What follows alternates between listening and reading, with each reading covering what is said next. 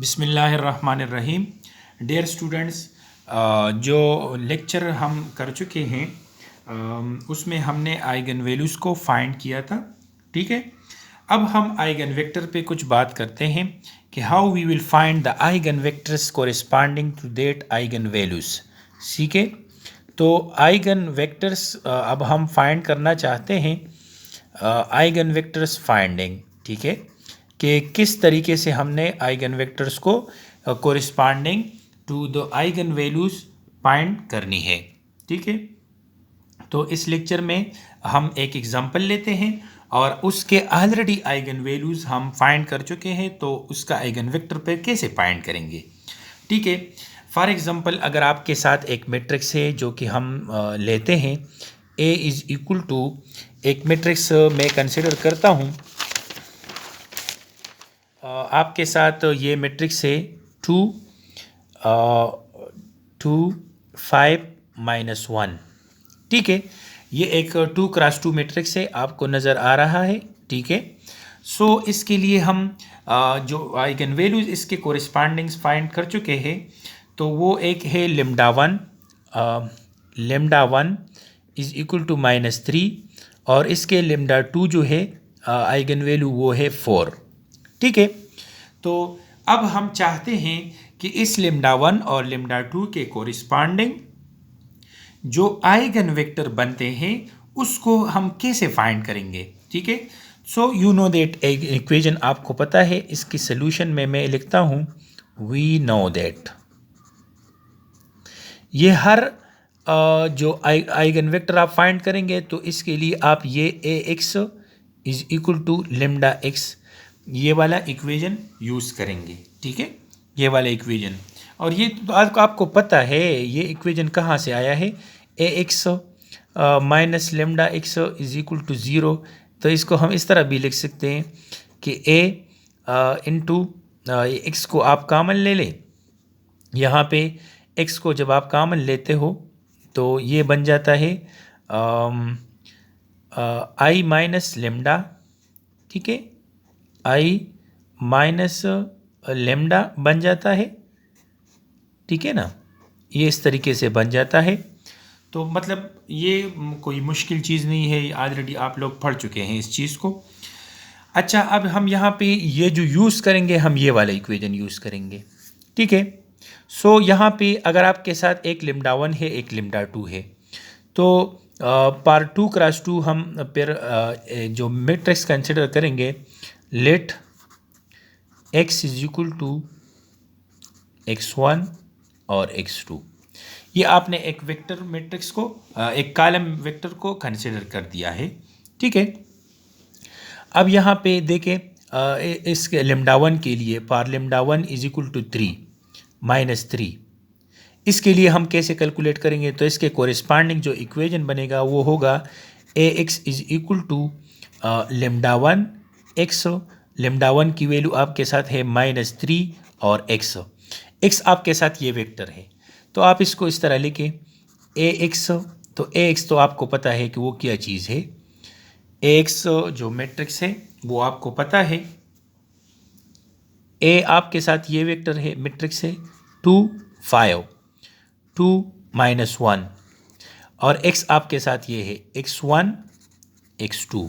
तो इसको आप कैलकुलेट करें तो आपके साथ इसका जो आता है ये तो सिंपल आसान है, 2x1 प्लस 2x2 और 5x1 माइनस x2, ये आपने ax को कैलकुलेट किया है। ठीक है, अब यहाँ पे ये लेमडा वन एक्स यानी लेमडा वन एक्स यानी लेमडा वन की वैल्यू -3 है और एक्स -3 इधर लेके और एक्स की वैल्यू आपके साथ है x1 और x2। तो अब इसको आप मल्टीप्लाई करें तो ये बन जाएगा -3x1 -3x2।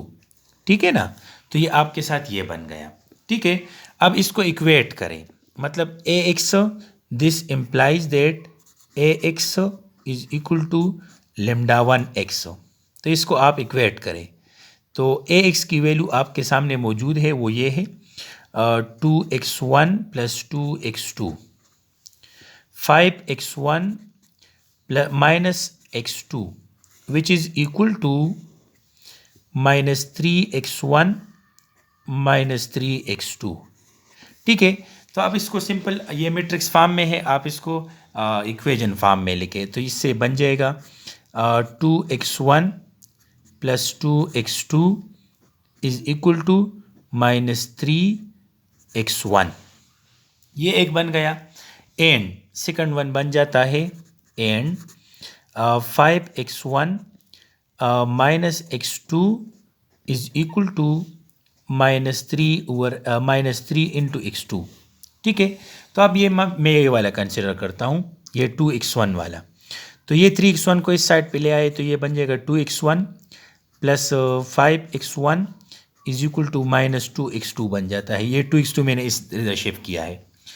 अच्छा, तो सॉरी ये 3x1 है। ठीक है, तो ये टोटल बन जाएगा 5x1 is equal to minus 2x2 और this implies that x1 is equal to minus 2 divided by 5x2। ठीक है, अब for example let x2 is equal to 5। ये मैंने अपनी तरफ से लिया है। ठीक है, आप अपनी तरफ से ले सकते हैं, ज़ीरो के अलावा और कोई भी, ज़ीरो के ट्रिवियल आता है ना, ज़ीरो तो लिखने की ज़रूरत नहीं है। तो यहाँ पे ये जो बन जाता है ना, तो x1 की फिर क्या वैल्यू होगी, माइनस 2 डिवाइडेड बाई 5 इंटू 5। तो ये 5 इसके साथ कैंसिल होगी तो इसकी वैल्यू क्या आ गई, माइनस 2। तो एक वेक्टर आपने कोरिस्पांडिंग्स कैलकुलेट कर दिया, यानी x is equal to x1 और x2। x1 की वैल्यू आपने क्या कैलकुलेट की, ये माइनस 2 आ गई। x2 की वैल्यू क्या है, 5 आपने कंसिडर की थी।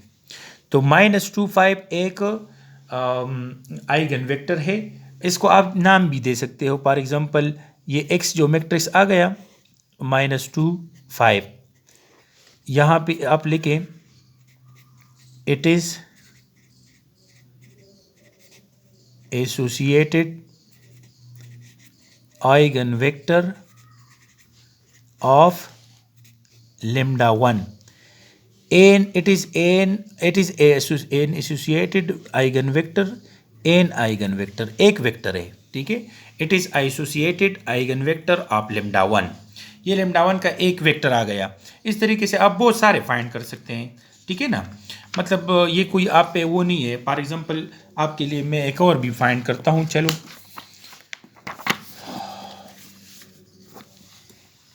फॉर एग्ज़ाम्पल यहाँ पे हम कंसिडर करते हैं ना, वो इक्वेशन तो हमारे सामने मौजूद था। वो जो इक्वेशन हमने निकाला है ना, वो था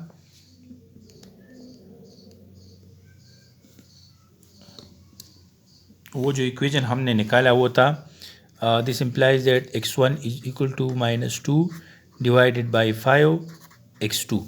लेट x2 की वैल्यू आप रखते हो, फॉर एग्जांपल आपने यहाँ पे रख दिया है 1, तो फिर x1 की वैल्यू क्या आ जाएगी, x1 is equal to minus 2 divided by 5 into 1, तो इससे आ गया माइनस 2 डिवाइडेड बाई 5।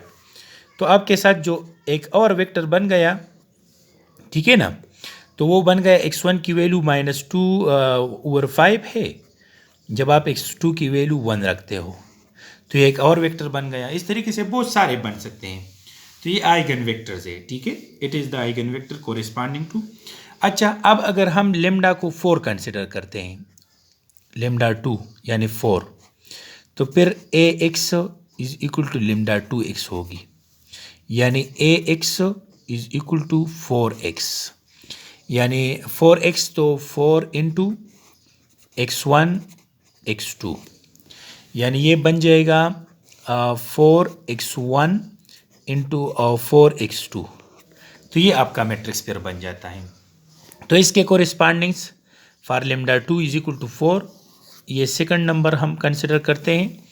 तो इसके लिए हो जाएगा ए एक्स इज इक्वल टू, ये चीज़ आ जाएगा 4x1 और 4x2। दिस इम्प्लाइज दैट, और एक्स जो मैट्रिक्स है वो ऑलरेडी आपके साथ है 2x1 प्लस 2x2 और 5x1 और minus x2 is equal to 4 x1 और 4x2। ठीक है, तो ये तो ऑलरेडी आपके सामने मौजूद है, तो ये मुश्किल नहीं है। ठीक है, आप इसको बहुत आसानी से कर सकते हो। ठीक है, अच्छा इसको इक्वेट करें तो ये बन जाएगा 2x1 + 2x2 = 4x1।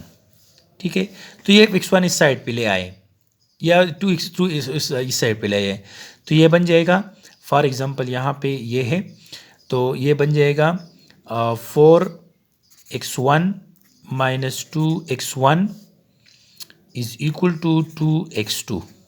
ठीक है, ये चीज़ बन गया 4x1 - 2x1। तो इससे क्या आता है, ऐसे आता है 2x1 = 2x2। ठीक है, तो नेक्स्ट इससे जो वैल्यू आ जाती है ये है x1 = x2। तो अब मज़े की बात है कि आप x2 की जो वैल्यू कंसिडर करते हो वो x1 की वैल्यू भी बन जाती है। ठीक है ना, तो फॉर एग्जांपल आप x2 की वैल्यू 3 लिखते हो, सो x1 विल बिकम 3। तो इस तरीके से आपके ये सारे बनेंगे 1 1 2 2। ये तमाम जो है ना ये आइगन वेक्टर है इस कोरिस्पांडिंग टू द लेम्डा, यानी इस तरीके से भी -1 -1 5 5 ये आइगन वेक्टर्स है। ठीक है, associated to the which one, associated to the lambda 2 = 4, ये इसके आइगन वेक्टर्स है।